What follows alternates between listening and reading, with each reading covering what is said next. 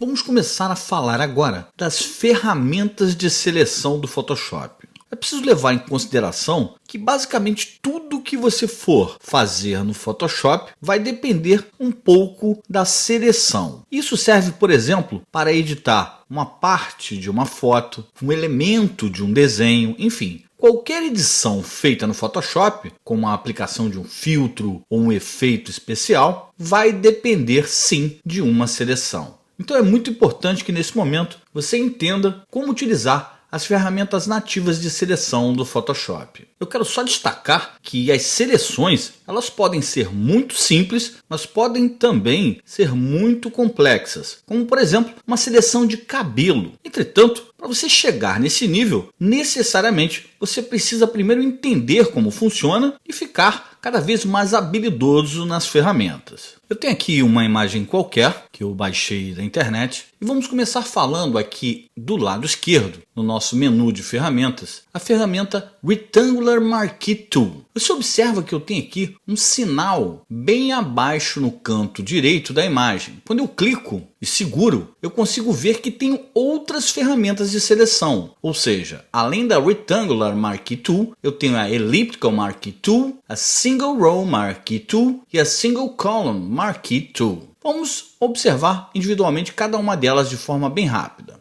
A Rectangular Marquee Tool, eu consigo fazer uma seleção ou de um quadrado, ou de um retângulo, enfim, de qualquer parte aqui do meu desenho ou da minha imagem. E você observa que essa seleção ela inicia do canto superior esquerdo para baixo. Então não adianta onde eu posicione o meu mouse, sempre a seleção vai começar do canto superior esquerdo para baixo ou para cima, não importa. Agora, se eu quiser uma seleção perfeita, eu posso pressionar o Shift, segurar o Shift pressionado e faço então a minha seleção. Você vê que eu não consigo distorcer a seleção. Não consigo, por exemplo, ter um retângulo como seleção, apenas um quadrado. Para desfazer qualquer seleção no Photoshop, você pode usar o atalho Ctrl D. E eu posso te garantir que você vai utilizá-lo bastante. Para fazer uma seleção iniciando do centro, eu pressiono então o Alt do meu teclado e tenho então essa seleção. Já uma combinação da tecla Alt com a tecla Shift me faz um quadrado perfeito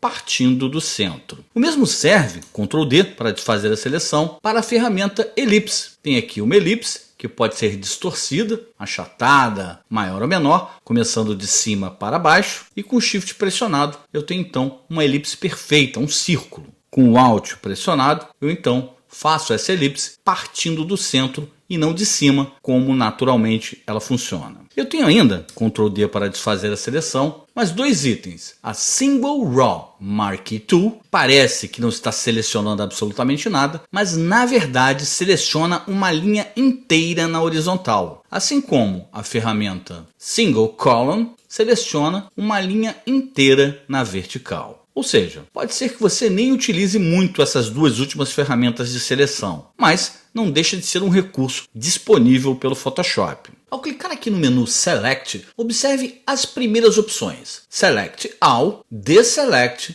Reselect ou Inverse. Eu estou usando um Mac, por isso que os comandos estão um pouco diferentes. No meu caso aqui, para selecionar tudo, eu utilizo o Command A. Fazendo uma comparação com o Windows, basta usar o Ctrl no lugar do Command. Então seria o Ctrl A. Vamos ver. Pronto, toda a minha imagem já está selecionada. Clicando novamente em Select, tem então o Deselect, que é o comando Ctrl D. No meu caso, Command D. Vamos ver, Command D. Pronto. Seleção desfeita. E essa desseleção vale para qualquer uma das ferramentas que você utilizar dentro do Photoshop. Voltando ao menu Select, eu ainda tenho o Shift Command D ou Shift Ctrl D, que é uma resseleção da última seleção feita. Então vamos lá, Shift Command D. Pronto, a seleção total voltou a aparecer. Mais uma vez o Ctrl D, e eu posso te garantir que são atalhos e situações que vão se repetir muito no Photoshop e vão fazer parte aí do seu dia a dia. Vamos prosseguir agora falando de mais algumas ferramentas de seleção. Logo abaixo eu tenho aqui mais um conjunto de ferramentas. Ao clicar no ícone bem no canto inferior, eu consigo visualizar a Lasso Tool, a Polygonal Lasso Tool e a Magnetic Lasso Tool. Vamos ver individualmente cada uma delas. A Lasso Tool é uma ferramenta que você pode desenhar livremente para fazer a sua seleção. É importante que você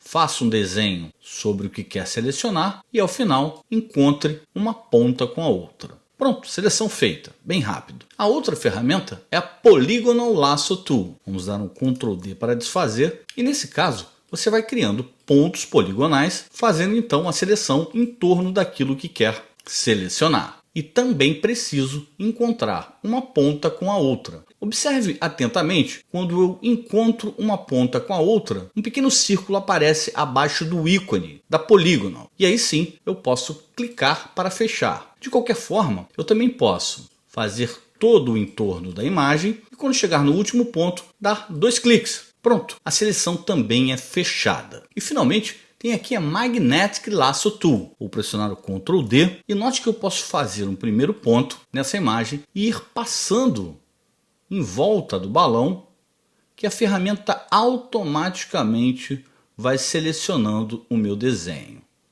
Eu não estou agora nesse momento preocupado com uma perfeição de seleção. Ao chegar no último ponto, observe também um pequeno círculo abaixo do ícone da Magnetic. É um sinal de que eu já posso clicar para fechar a minha seleção. Observe aqui embaixo que a seleção não está perfeita, mas por enquanto isso ainda não é uma preocupação. Vamos novamente fazer um outro teste, circulando todo o meu balão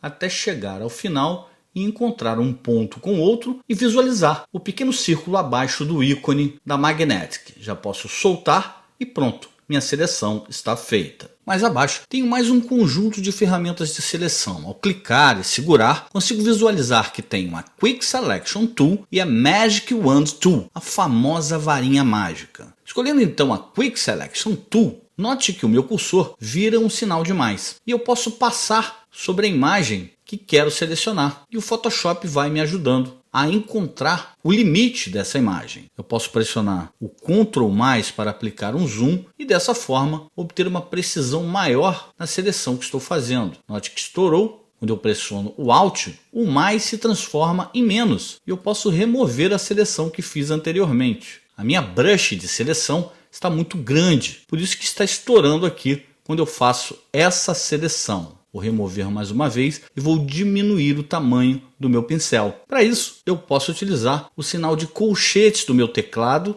abrindo colchetes para diminuir e fechando colchetes para aumentar. Ou então, caso queira, posso também trabalhar aqui em cima nessa guia deslizante. Vou fazer uma seleção. Nesse momento não estou muito preocupado com a precisão do que estou fazendo, mas já te dou aqui uma boa ideia de como isso funciona. Vou diminuir o zoom, Ctrl- e pronto. Minha seleção está completa. Agora vamos falar da Magic Wand Tool, a famosa varinha mágica. Vou desfazer essa seleção, Ctrl D, e vou clicar aqui no céu. Essa ferramenta depende muito da tolerância, que é o que você vê aqui na barra superior, nas propriedades da ferramenta. Olha que estou com uma tolerância 10. A varinha mágica, ela identifica pela cor. Quando eu clico no céu azul, ela vai procurar as tonalidades mais próximas do azul que estou clicando para fazer a seleção. Então veja, observe que a seleção não ficou completa. Porém, quanto mais eu aumento a tolerância, vamos botar 20 e selecionar novamente. Veja que a minha área já aumentou. Vamos aumentar para 50 e a área aumenta ainda mais. Eu posso inclusive, caso queira, pressionar o Shift e quando eu faço isso, note um sinal de mais ao lado do ícone da varinha. Significa que eu posso acrescentar mais uma seleção. Essa área de cima não está selecionada. Segurando o Shift, com o mais aparecendo, eu clico e ela passa a fazer parte de minha seleção, completando assim todo o meu céu. Então lembre-se, o Shift adiciona e o Alt remove a seleção. Note o sinal de menos agora aparecendo ao lado da varinha. Isso com certeza vai te ajudar muito, mas muito no processo de seleção que obviamente fará parte do seu dia a dia aqui no Photoshop. Então você acabou de ver aí praticamente todas as ferramentas de seleção e as suas funcionalidades. Nesse primeiro momento parece ser uma coisa um pouco chata, mas tenha certeza absoluta de que você vai utilizar isso em todos os trabalhos feitos no Photoshop. Exercite bastante esse processo buscando imagens na internet aleatórias apenas para fazer o processo de seleção básica. Agora eu preciso falar com vocês sobre as brushes, os nossos pincéis, que na verdade